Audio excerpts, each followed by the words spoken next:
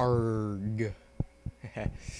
Y'all may have noticed the new entrance music, and you will notice the new exit music. It's only for this one episode, but it is ECU themed week here at the Caniac Chronicle, getting ready for the ECU football season. Yes, I'm an ECU fan, if y'all didn't know that about me. I love my Hurricanes. Not so much a fan of State, even though they play there at the RBC Center. But I won't say anything bad about them or any other team that y'all may care for. But me, myself, I'm a Pirate fan. Go Pirates. And that's why I've themed the show on ECU stuff this week. Only time you'll see that, most likely, here on the Caniac Chronicle. But let's get down to the real stuff here. Hurricanes business, not ECU business, but today we're going to be talking about the defense and all the 7 guys expected to start on the roster for the season that play defense. So obviously last year we had a few guys that got criticized really bad. I won't say any names picking, but hopefully those guys will turn it around and maybe some of the scrutiny will get off of their back this year. So without any further ado, I won't keep wasting your time again. Let's get into it, okay? Yoni Pitkinen will be our first topic today. Yoni was criticized a lot last season for his supposed poor play. I mean, I saw it occasionally, but I think people really just picked on somebody to criticize when the team was doing bad, and he just happened to be that guy. Yoni put up good numbers, 35 points. That was second best on the team last year behind Corvo. 5 goals, 30 assists, -2, 66 hits, 60 penalty minutes, and he led the team with just over 25 minutes of total ice time per game. I mean, the dude's an Olympic player on the Finnish national team. There's a reason for that. I mean, Finland's a great hockey country, and to make that on defense, he's doing something right. I wish people would lay off of him, and hopefully this year they will. So, next guy is Timmy Gleason.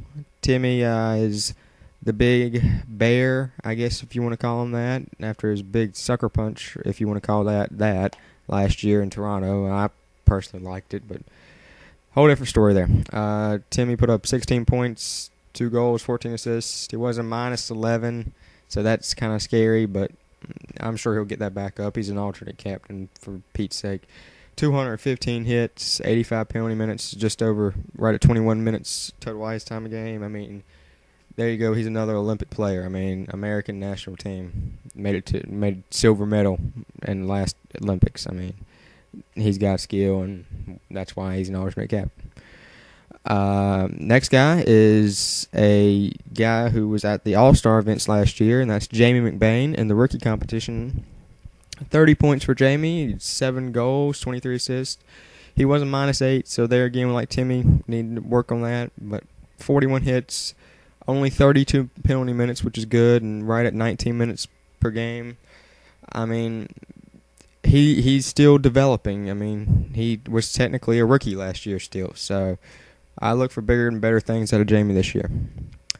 Next on the list, we have our very own Jay Harrison. Jay, obviously not an offensive person, 10 points, 3 goals, 7 assists. However, he was tied for the team for the defensive lead with a +5, which is really good for a guy who did a lot of penalty kill minutes. 111 hits, 72 penalty minutes, and just over 15 minutes per game. Great numbers for him. I find it sad that he's going to have to fight for his job this year, considering I think he was one of our best players last year. And the guy he will be fighting with is our next guy, Derek Jocelyn, who, once again, not offensively great, only 9 points, 2 goals, 7 assists. He, too, was a +5, which I really like that out of him and Harrison. 40 hits for Jocelyn, but here's the impressive stat that stands out to me with him. Over a full season, he only had 10 penalty minutes. I'm going to repeat that. 10. 1-0.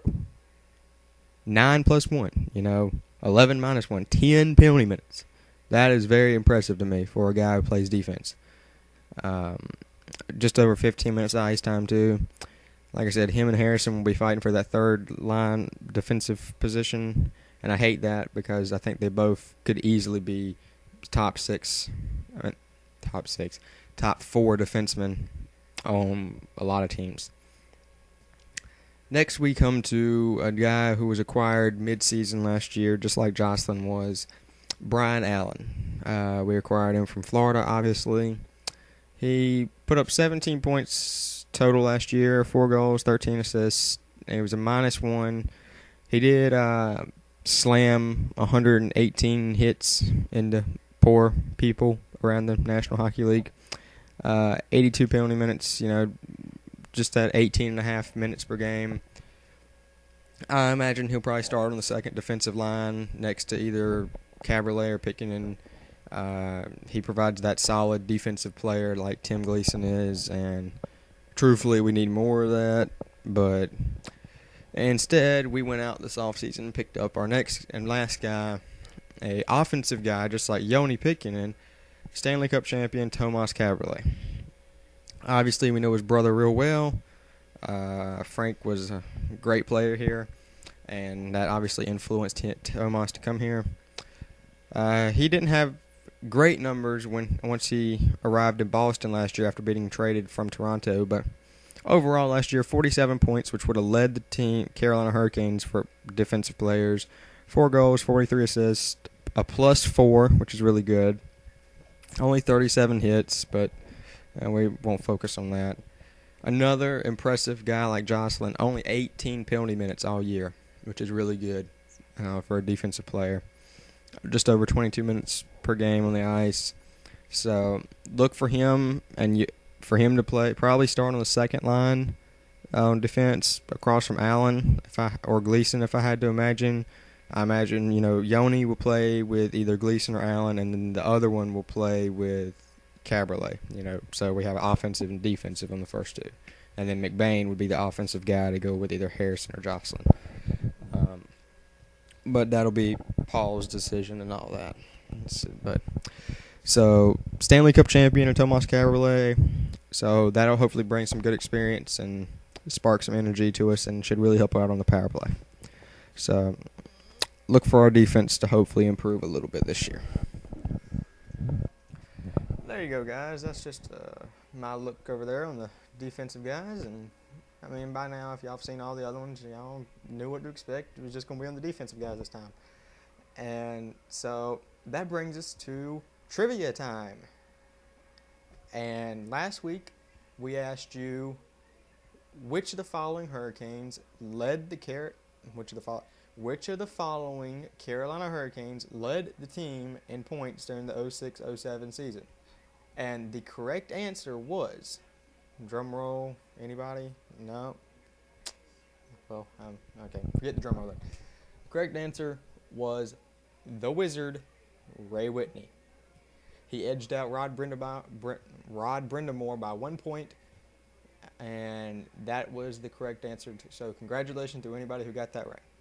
So, today's question is going to be,